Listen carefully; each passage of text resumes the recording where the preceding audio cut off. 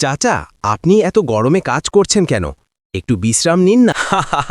আরে বাবা, এই মাটিই তো আমাদের মা। যত ঘাম ফেলি তত ফসল পাই। পরিশ্রম না করলে ফল আসে না। কিন্তু চাচা, আপনি সারাদিন কষ্ট করেন, তারপরও ধান বিক্রি করে খুব বেশি টাকা তো পান না, তাহলে এত কষ্ট করেন কেন? সব লাভ টাকা দিয়ে মাপা যায় না রনি। পরিশ্রম মানুষকে শক্ত করে, শেখায় ধৈর্য আর কৃতজ্ঞতা। তুই কাল সকালে আমার সঙ্গে মাঠে আয়, একটা জিনিস শেখাবো। এই বীজটা নে, মাটিতে পুঁতে প্রতিদিন জল দিস। দেখবি একদিন কি হয়। এই ছোট্ট বীজ থেকে কিছু হবে নাকি? ধৈর্য ধরলে সবই সম্ভব বাবা, সময় আর যত্ন দিলেই ফল মেলে। রনি বাড়ি গিয়ে বীজটা পুঁতে দিল। 2 দিন গেল, কিছুই হলো না। রনি রেগে গিয়ে বলল, চাচা, নিশ্চয়ই ভুল বলেছেন, বীজটা তো মরেই গেছে। বাবা, ধৈর্য ধরো, গাছের মতো মানুষও সময় নিয়ে বড় হয়।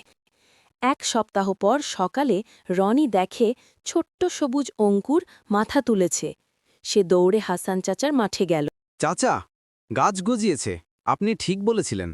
তাই বলেছিলাম রনি, সময় দিলে ফল মেলে।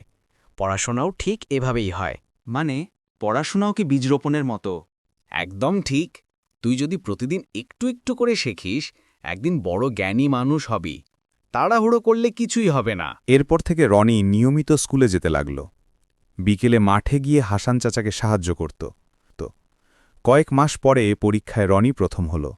সে খুশিতে দৌড়ে গেল হাসান চাচার মাঠে। চাচা, আমি পরীক্ষায় প্রথম হয়েছি। আপনি ঠিক বলেছিলেন, ধৈর্য ধরলে ফল মেলে। বাহ, আমার রনি এখন সত্যিকারের চাষি। আমি তো ছাত্র, চাষি কিভাবে হলাম? তুই জ্ঞানের বীজ বুনেছিস, পরিশ্রমের জল দিয়েছিস, আর আজ তার ফল তুলেছিস। তুই এক জ্ঞানের চাষি বাবা। আমি সারা জীবন পরিশ্রম করব, প্রকৃতিকে ভালোবাসব, আর হাসান চাচার মতো সৎ মানুষ হব।